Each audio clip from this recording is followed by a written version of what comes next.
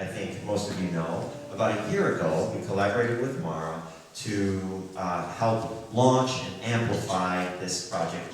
And that was terrific. It was really powerful, and at that moment, it was absolutely the most important way to launch such an archive. But I told Mara earlier today, and I don't think I mentioned it to her prior, I had always envisioned this series of stories, this archive, as a physical exhibition like this, and in a setting like this, where we're here together and we can read and listen to many of your stories, and really, fingers crossed, as we're moving into possibly, hopefully, a new stage of this pandemic, maybe even in the rearview mirror, a time to really reflect on what we had all experienced. Please join me in welcoming the curator of the Warp Weft, Mara Ahmed.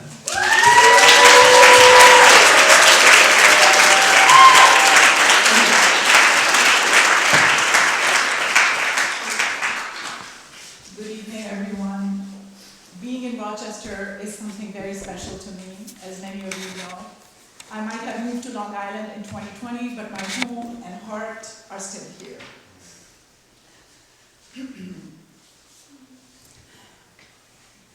So I'm honored to be here with you in this wonderful space for the opening of the Warp Weft face-to-face.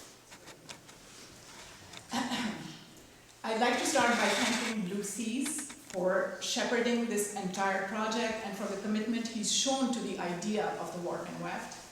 Thank you to Rajesh Barnabas for creating the video component of today's exhibition. The beautiful animation you see is totally Rajesh's work, all 4 hours of it. Thanks, Brent Joseph, for designing and producing the 45 text panels you see hanging in the gallery. And thanks to the RoCo team for the social media work and for taking care of all the little details that turned the Warp Weft face-to-face into a dynamic multimedia exhibition. I also want to thank the Warp Weft storytellers and the artists who responded to those stories with such empathy and lyricism. I'm sorry that those responses could not be included in this exhibition due to curatorial reasons, but please check out the online archive for that crucial work. Last but not least, thanks to all my lovely friends and community who came in person to be together this evening, for there is nothing as magical or momentous as being face to face. I have written an introduction to this project already. It is printed on a panel and placed near the entrance on the yellow wall. It talks about the personal inspiration behind the Warp Weft. It explains why women and people of color form such an important part of the archive. It also delves into the importance of languages other than English and the concept of opacity. It's a good way to start diving into the archive, and so I invite you to read that panel.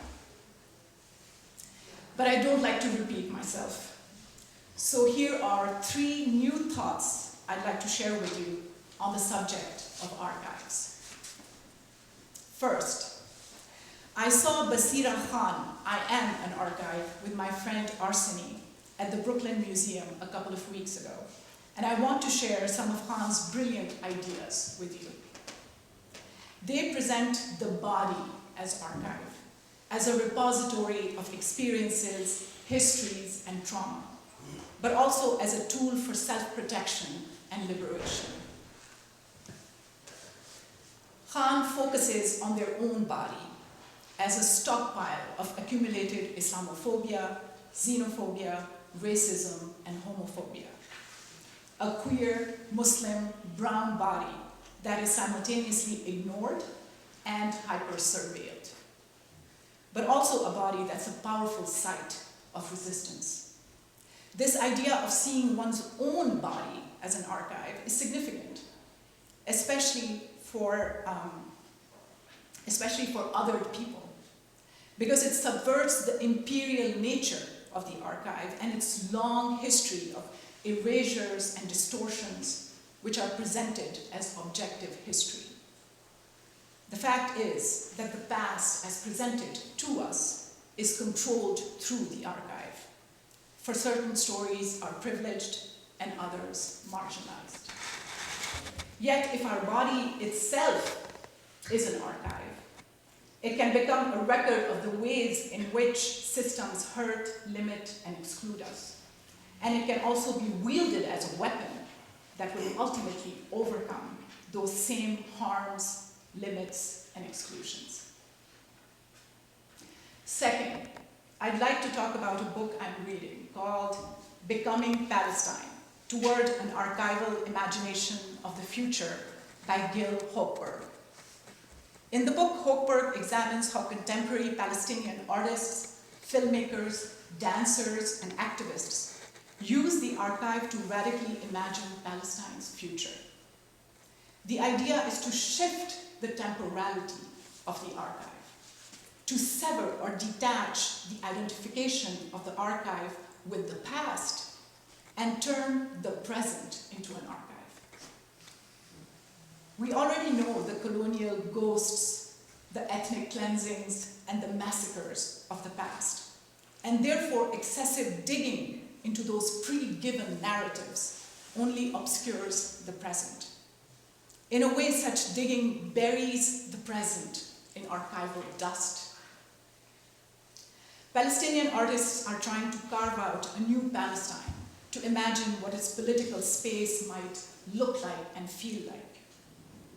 By thinking about archives as a break from history rather than history's repository, Hochberg clarifies the archive's liberatory potential. Third, I want to talk about the Warp Weft more specifically. As I listened to and read the Warp Weft stories all over again in order to prepare and organize this exhibition, it struck me how beautiful and moving they are, and how certain thematic threads tie them together strongly. There is a longing for connection at a time of isolation and distancing. Connection to one's body, to friends, nature, and animals, to the cosmos and all of humanity. Sometimes these connections are made through the food and books we share with each other. Arseni, Rajesh, Zoe, Sabine, Kathy, Paul, Ian, Deborah, Kulsum, Catherine, and Lutisha all talk about the beauty of connection.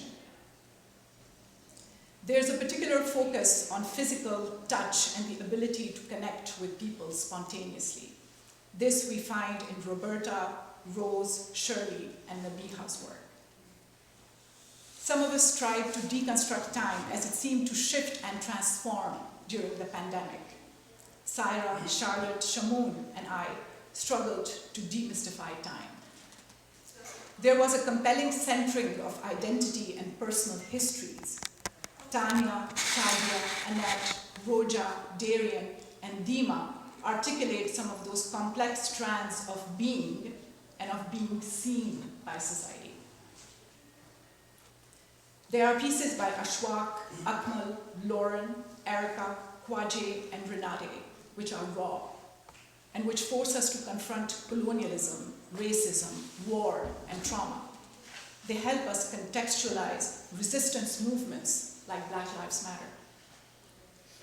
Stories by Surbi, Noel, Amra, and Pascal question a new post-pandemic world. Yvonne, Selena, Aisha, and Gulruh respond to that pain and unpredictability by tapping into their own strength and self-reliance. And Nate, Alma, Allison, Mike, Fabiha, and Khadija find solidarity as their way out of obscene inequality. It is their hope for resurgence. With this latest weaving together of the Warp and Weft stories, I leave you to explore the exhibition.